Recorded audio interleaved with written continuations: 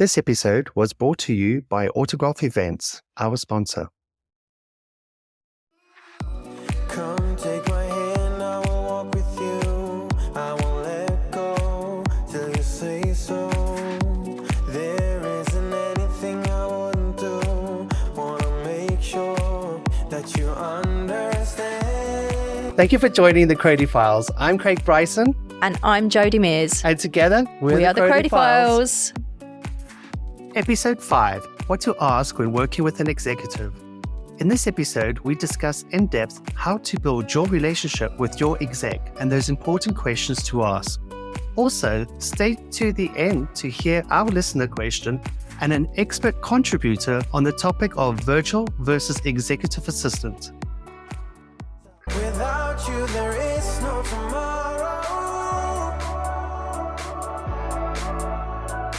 Without you, there is no tomorrow.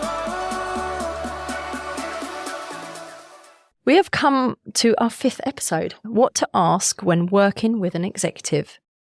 Wow. Oh my gosh. Already? Yeah, it's gone really quickly.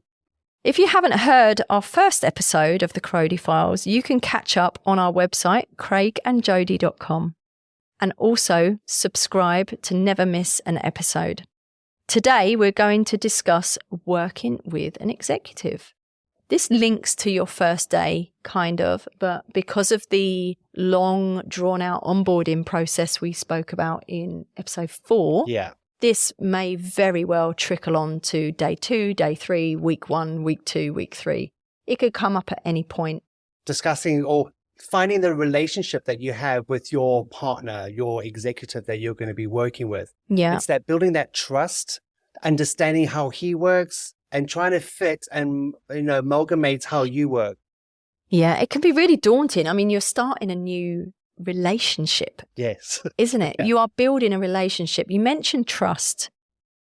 Usually, in a typical setting, trust comes with time. I agree. It is a funny concept because both of you are learning about each other, the way you work over time. So I would say that your relationship with your executive or your principal, depending on, or the business if you're a VA as well, it will evolve over time. But being upfront and asking lots of questions in the beginning, again, taking loads of notes, reading your notes. Yeah. Don't just write them down and forget about them. Follow up on everything and show them that you care about what's coming up, that you're interested in the subject, you're interested in knowing more and understanding what it is they're doing, understanding the business priorities. Yeah, what does success look like for them? Give that your executive the ease of mind that you got his back or her back. The way I did it on the first day and most of my first days is I had an Excel spreadsheet, password protected, because you want to find out, what air miles he has, what's his car model and his registration. Because a lot of times they go to hotels or airports, the AI reads the registration number. So those little things. If he plays golf, what golf course is he a member of, and what membership of, what restaurants he has, and all those little details, because he's going to ask you to book something, be in a meeting, and you need to book it, and you can't book it because you have to wait for him to come out of the meeting to ask the questions that you already have on this Excel spreadsheet. So that's always easier for me. What do you do? It really is a good tip, actually, Craig, and it's something that I wish I did a lot sooner in previous roles, is understand my boss, executive, principal, whatever you want to call them at the time. Understand what drives them and having that time to get to know them as well, because usually we're going back to that word of hitting the ground running. You're just expected to get into this role, but you need to know so much more.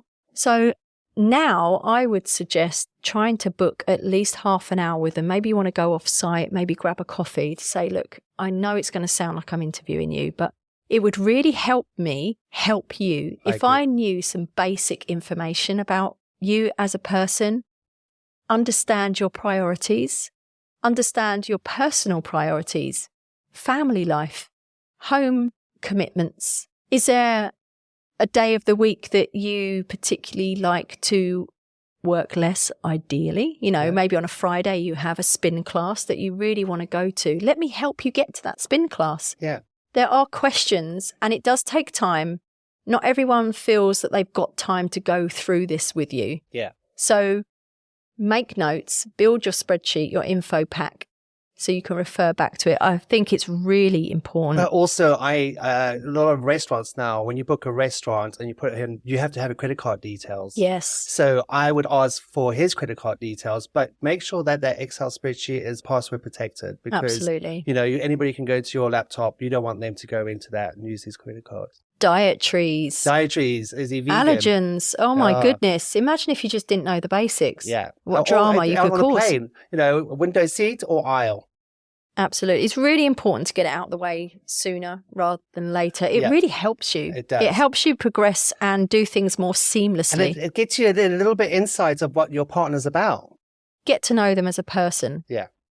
So any information you need completing your task, you need to be upfront about. Yes. You need to have the confidence to say, I need to speak to you about something, not particularly task related right now, but it would really help me with the things that you're asking me to do. Remember, don't save anything on your laptop. What do you mean by that, Craig? So now a lot of companies are using OneDrive. So everything's stored in the cloud. So if you spill a coffee onto your laptop and it all frits, if you have anything that's on your desktop, or if you have it saved on your computer, it's gone. You'll never get it back. But Great if you tip. save it onto OneDrive, it's up in the cloud, your computer's not working, you'll get a new computer, connect to the OneDrive, and you have all your folders. That comes back to understanding software platforms. IT, yeah. IT. You need to have a basic understanding of what is allowed, what's helpful, what's useful. But yeah, always save another copy for sure. And know the people to go to get that resolved really quickly. And another thing about your executive, I always find out, what are their goals? What do they want to achieve? Because I think your goals needs to be their goals. So you need to be the one that helps them achieve their goals, and therefore your goals are already achieved. Definitely. That's a real eye-opener to the role, is how can I support you if I have no idea what your personal and professional goals are at this moment in time? The two don't quite match up necessarily. The personal goals might be something completely unrelated, and that's what I mean by not matching up, which is also really useful to know. Are they training for a marathon? Why do you need to know that? Well, just book some time off. They can have a run around the park. Yeah, just give them that time. Suggest that time. Do you know what? You're training for a marathon. I really think we need to cut off the time at 6:00 tonight. Yeah, so you can get out and do some training. They love you suggesting time-saving tips for them. Things that they haven't necessarily picked up on, things that they don't see because they're so immersed into their meetings. In their meetings, in their life. It's really good, helpful tips to use. And find out who their clients are, internally or externally, is another good one. The departments most work with. Yeah. Remember, the modern day word used for us is now gateway, not gatekeeper. Yeah. Being a gatekeeper, I've seen just fall flat on its face. People will naturally gravitate to getting what they want or need, no matter what you say. So if you're going to make it difficult to get an appointment with your executive or principal, or even get a response to an email, they will find a way to go around you. Yeah. Making you a bit irrelevant. Yeah. I think they shouldn't be doing that. Be the gateway. So they come to you. You want to be the go-to person because you need to have that mutual respect of, I understand your meeting request is really urgent, but we need to prioritize this. I need to get back to you and find out the urgency from the other end. Leave it with me. I'll come back to you. Be the gateway. Don't give them a no so they go and find the answer elsewhere and get that appointment. There's nothing worse. It's awful. Seeing that appointment come in on Outlook calendar, pop up as tentative that you've just said no to. Oh, it's awful. Get to know the client EAs. I think because you're going to be, as part of your community, getting to know them, pick up the phone. A lot of people don't pick up the phone anymore and go, hi, I'm Craig, I'm, so-and-so's, and they get to know them and having that human sort of aspect and sort of chatting, then they'll probably go out of their way to move another meeting to get your boss in. And then that's another way of helping your boss achieve his goals. That's a great tip. What you mean by client EAs, you want to expand on that for the people who don't understand that term? So a client executive assistant, so my boss's boss, my boss's clients, his EAs would be the person I would go to. So my boss say, can you get me into this person's diary? What you do is you contact that EA that looks after that person, and then you sort of go backwards and forwards about what dates and times are available, and then schedule it in. So that kind of comes back to networking. Yeah, networking. So you are networking without realizing when you are introducing yourself and almost being friendly, not friends necessarily, but friendly to other executive assistants on the other side of your business. That's correct. Yeah. Yeah. So networking is really important. Introductions are really important. Yeah, I agree. Definitely pick up the phone. I love that top tip. There's nothing worse than an email that's been written with zero tone or the wrong tone, and then you instantly get an image of that EA on the other end thinking, she doesn't like me. I'm never going to get this booked in. Yeah. Have you been there? Yeah, I've been there loads of times, especially under lockdown. You know, you have, oh, this person's angry. Oh, what have I done wrong? Yeah. It just really get into your mind. There's no need for it. No need. One of us has got to break the cycle and say, do you want to chat? Yeah. Have a coffee. Let's have a coffee. Yeah. The emails can get out of hand really quickly, but getting to know them is a really good tip. And if there's not a load of EAs in your organisation, get to know maybe receptionist, IT, HR, anybody the coordinators. In networking. Remember, they could be called different titles to what you are expecting to hear. So, project management coordinators, any type of coordinator will be a support assistant in some capacity. Office management, office managers, facilities managers, get to know those building managers as well for all of the things you need to know about the building, meeting rooms, maintenance, all of those things. So getting back to the executive, get to know them as a person, because, you can have people who are micromanagers. So if you have a micromanager, you would print out all the reports from the platform that you use, or on a Friday, you bullet point all the tasks that you've completed on them during the week. So then they have their mind at ease, that they know what's going on, where we are at what processes, which is a great idea. When you mention micromanagement, I mean, that can mean different things to different people. It has a negative connotation to it sometimes. But I think what we're referring to is attention to detail. That's correct. Understand if your executive or your principal loves detail. Some don't. Some just like bullet points. They don't like you to go into too much detail. It stresses them out. So figure out, use your intuition. Yeah. Figure out how they like things done, what their learning style is. Also, do they want 15 minutes between meetings? Color code them. So this is a client, this is an internal meeting in Outlook, if you're going to use Outlook. I love a linear, color-coded Outlook calendar. I want a rainbow on mine. I bet. But isn't it annoying when it just gets disrupted? Yeah. I mean, that's just a me thing. But leave gaps in between meetings. I mean, it's difficult. You can always set your Outlook calendar invite to, say, 55 minutes, just to allow that 5-minute breathing space. But I always try and do a keep free line in between. Just bathroom breaks, going for a quick coffee, get a tea, Absolutely. So, top tips and takeaways from this episode, Craig? I think getting to know your executive by creating a spreadsheet of all the things that you'll be needing it to complete your tasks on your daily basis. Excellent. And getting to know your internal network. Yeah. Don't be afraid of networking. Yeah. It's not a bad word. Find out your executive's goals, so then you can align your goals with their goals to help achieve them. And what does success look like for them this year?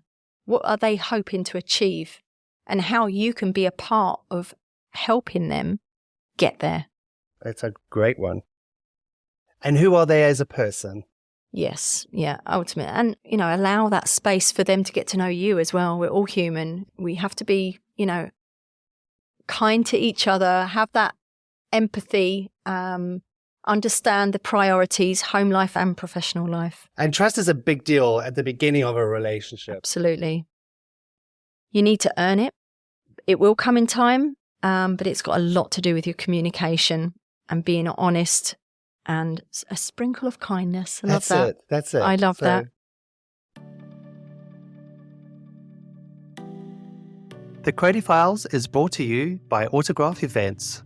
Autograph Events are the experts in providing a complete event management solution. What do they offer? Free global venue finding through to full on-site event management, executive away days, retreats, team building and off-site meetings. Great. How will they help administrative assistants? They offer that extra pair of hands, a bit like the assistant's assistant. They understand how we like to work, which is the best part.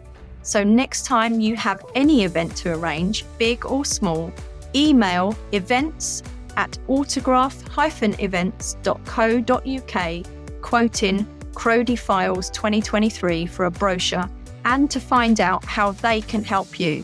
Plus, they have a very special personal reward for all of our listeners. Next, we have a listener question. Thank you to Lauren Foster, who is an executive assistant in London. Your question is not only intriguing, but also one I come across a lot, especially since the pandemic. Come take my hand, I will walk with you. I won't let go till you say so. Hi, Crodie. I am seeing a lot of assistants cross over into the VA space, and I work from home as an executive assistant. And I was wondering, what does a virtual assistant do compared to an executive assistant? To answer Lauren's question, we have the amazing Suzy Sanders, founder and franchiser of Alchemy Virtual Assistants, also coach and author of 2 books from the award-winning family-run business. Hi, it's Suzy Sanders here. I'm the founder of Alchemy Virtual Assistants, the UK's only family-run virtual assistant franchise, and I'm also a professional coach. I'm an ex-executive assistant, so it's really great to see this question about lots of assistants crossing over into the VA space, because it's not a new thing. And in my experience, being employed as an assistant and remote working is a very different thing to being a virtual assistant. And I'm going to do my very best to sum this up in a really concise package. So if you are a virtual assistant, you are more often than not running your own business or you're freelancing.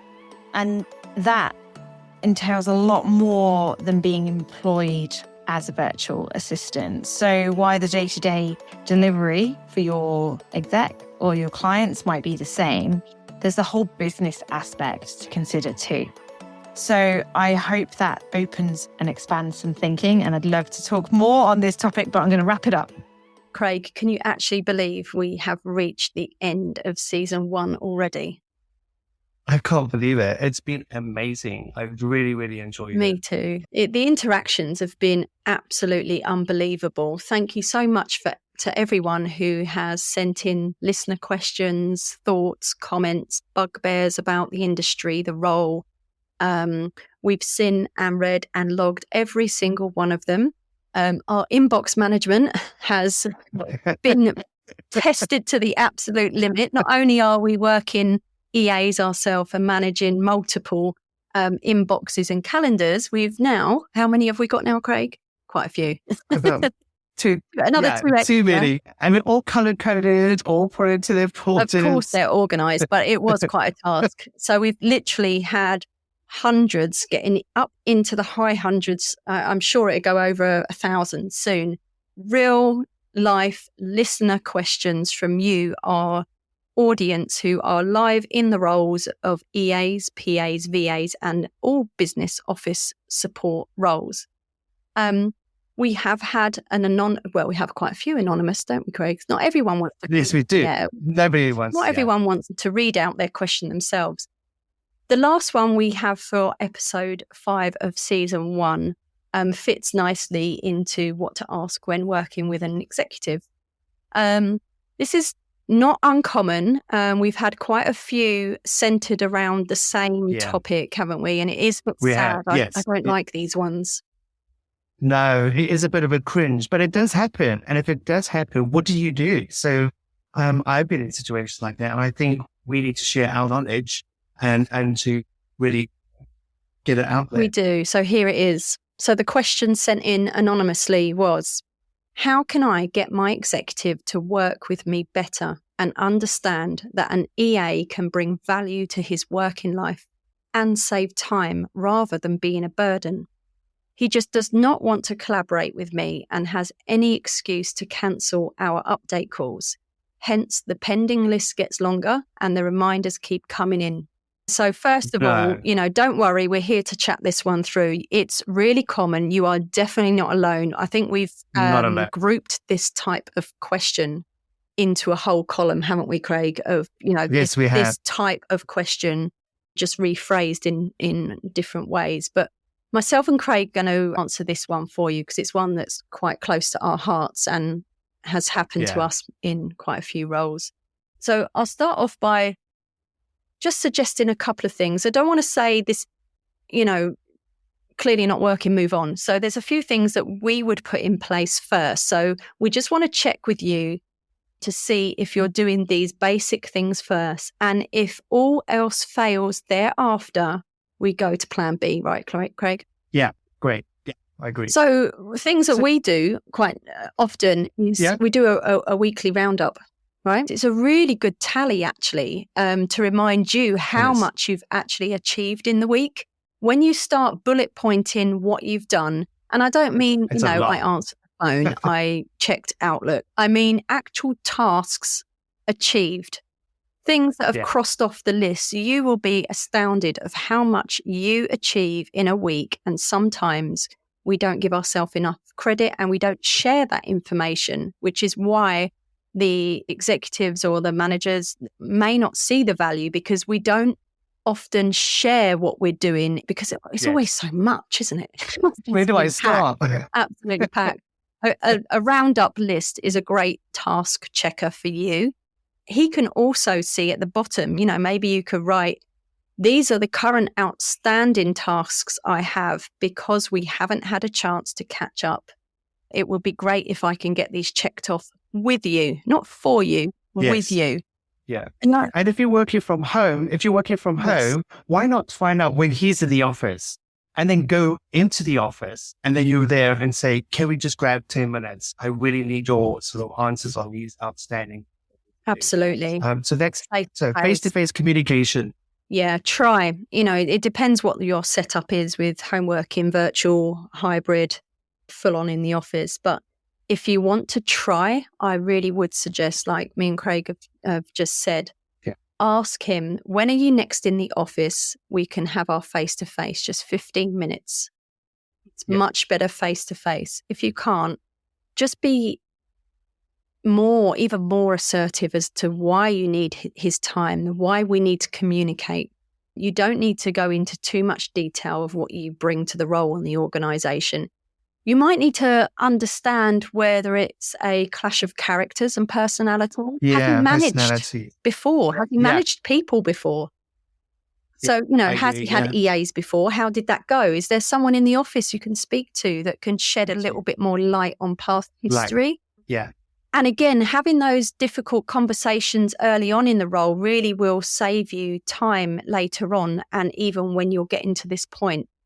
So what to ask when working with a new executive, we always recommend you have those initial conversations right at day dot. So you cannot hit the ground running until you know certain things. How do you like to work?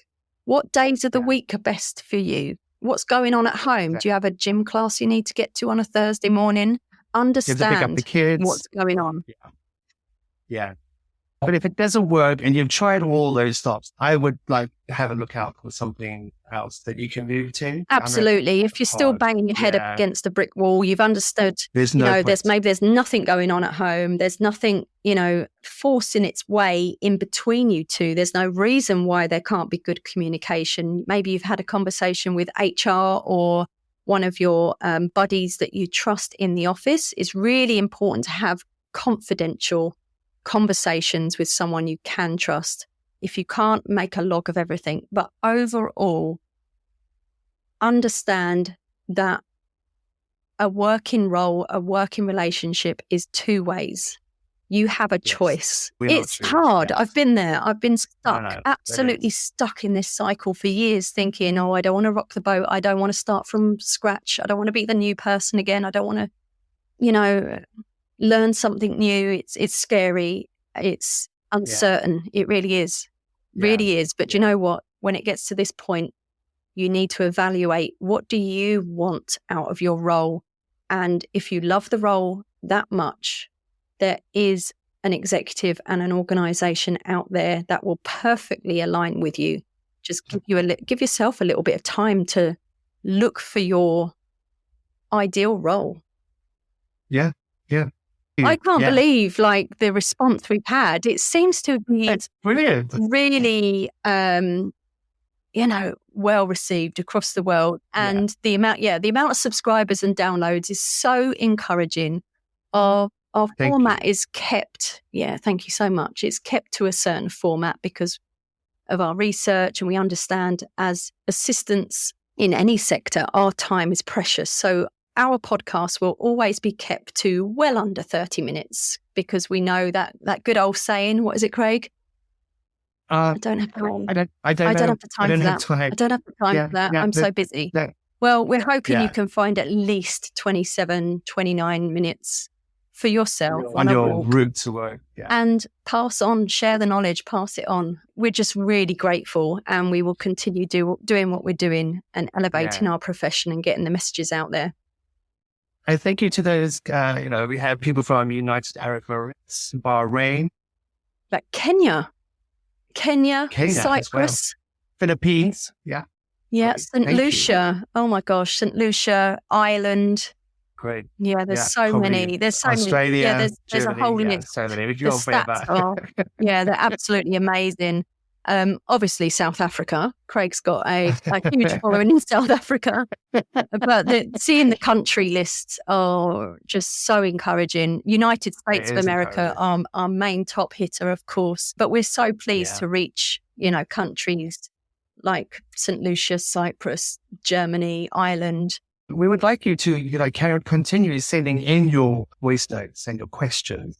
Yeah. Sign up to our newsletter. You'll find it via our website at the bottom under Hi Crodie. So that can either be used as your Hi Crodie question, where you just want these burning questions answered, or observations. By signing up there, you'll also be enrolled into our newsletter. There's also a newsletter option on LinkedIn. And we have appeared on Twitter or X now. Oh, excellent. Yes. So do give us a That's follow. exciting. Look out for us. And thank you. Had Thank an you so amazing much. season. And thank you to our sponsors, Autograph Events, who will also be sponsoring season 2. They have been absolutely amazing, supportive sponsors so far. Yeah. And we absolutely love working with them professionally and personally. Yep. And we were in the studio next week or the week after. We are. And the next episodes will be coming out as soon as those are done and ready to We'll go. be carrying on. Every 2 weeks, a new episode will be launched. Season 2 is in the pipeline now. And let's just keep hearing from you. There's so many more questions. I think we can keep going for years and years and years with the amount of questions in the inbox right now. But keep sending them in, please. Really appreciate it. Well, thank you for listening. We're at the end again. We would love to hear from you. Please like and subscribe so you won't miss an episode. And why not share your thoughts with us on our LinkedIn page, The Crodie Files, or visit craigandjodie.com. I'm Craig Bryson. And I'm Jodie Mears. And together, we are the Crodie Files. This episode was brought to you by Autograph Events, our sponsor.